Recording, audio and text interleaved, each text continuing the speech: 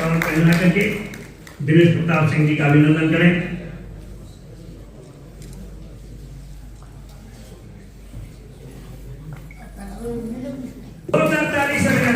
मिश्रा जी से श्रीमान रामवीर बिंदुरी जी का भी शौक से सरदारी से अभिनंदन करेंगे।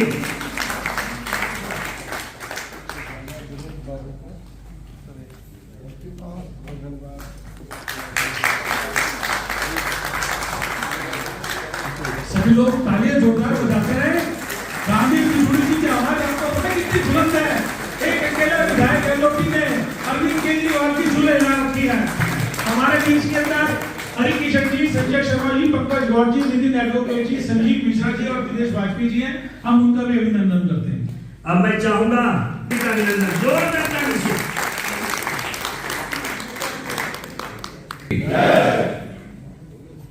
पूर्वांचल के लोगों, पूर्वांचल माता की भारत माता की भारतीय जनता पार्टी जिंदाबाद, भारतीय जनता पार्टी जिंदाबाद। मंचासीन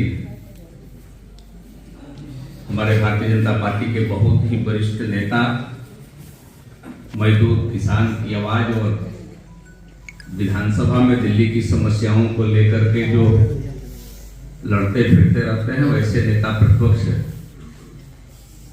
आदरणीय रामवीर सिंह बिधुड़ी जी, हमारे पूर्वांचल के बहुत पुराने नेता जो बहुत ही संघर्ष कर करके मुकाम तक पहुंचे, जिनसे प्रेरणा ले सकते हैं कि पूर्वांचल का कोई भी व्यक्ति संघर्ष कर करके मंजिल को प्राप्त कर सकता है, वैसे श्रीमान विजय भगत जी, गौतम जी बहुत ही बढ़िया संचालन कर रहे थे और जिनके आदेश निर्देश पर हम लोग यहाँ उपस्थित हुए हैं। पूर्वांचल मोर्चा के पूर्व अध्यक्ष, जिनके संयोजन में एक कार्यक्रम हो रहा है, श्रीमान कौशल मिश्रा जी, एक बार जोरदार ताली बजा करके आप सभी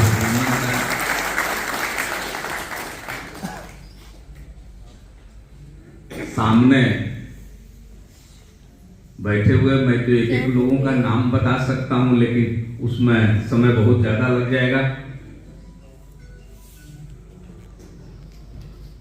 हमारे पूर्वांचल के भाई बंधु और जिस जिला में ये कार्यक्रम हो रहा है,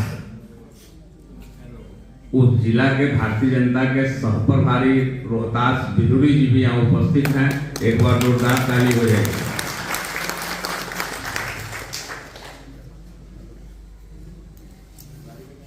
मैं अब जिन लोगों का नाम नहीं ले रहा हूं, उनको समझिए कि हृदय की गहराई से और ज्यादा बधाई।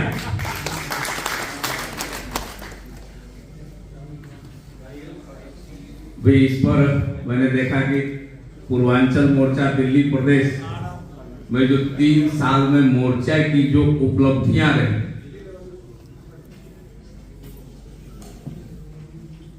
तो बहुत लंबी उपलब्धि है।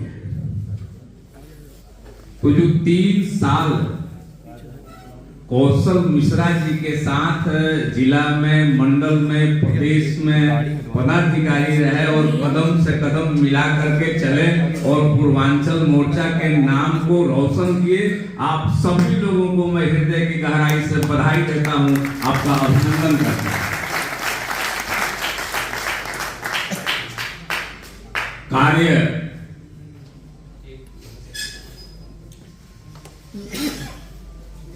बहुत ज्यादा है। एक एक कार्य का अगर हम वर्णन करें तो उसके लिए मुझे लगता है कि भारतीय जनता पार्टी के काम का वर्णन करना, वो भी 303 वर्ष का, उसके लिए 24 घंटा से ज्यादा का समय चाहिए।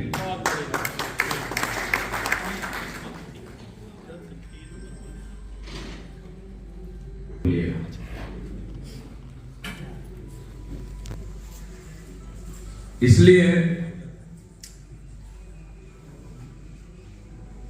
मोर्चा का स्वरूप क्या है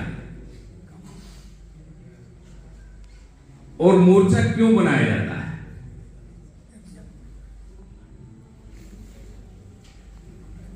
ये बहुत महत्वपूर्ण विषय है। जिला में भी मोर्चा है, प्रदेश में भी मोर्चा है, मंडल में भी मोर्चा है।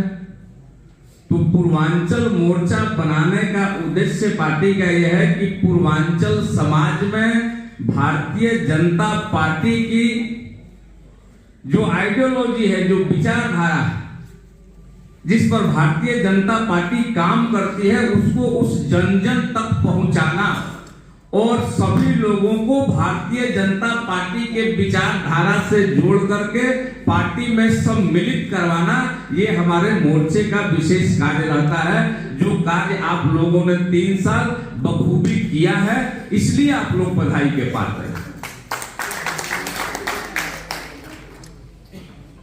और भारतीय जनता पार्टी ने भी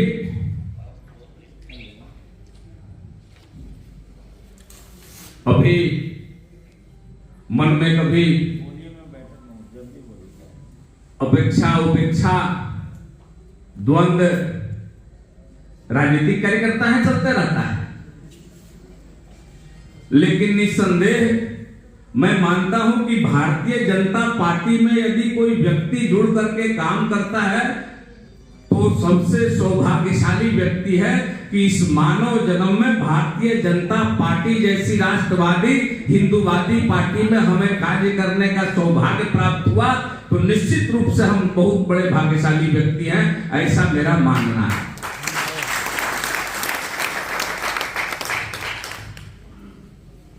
मैं किसी बुजुर्ग कार्यकर्ता से मिला था, रामवीर जी,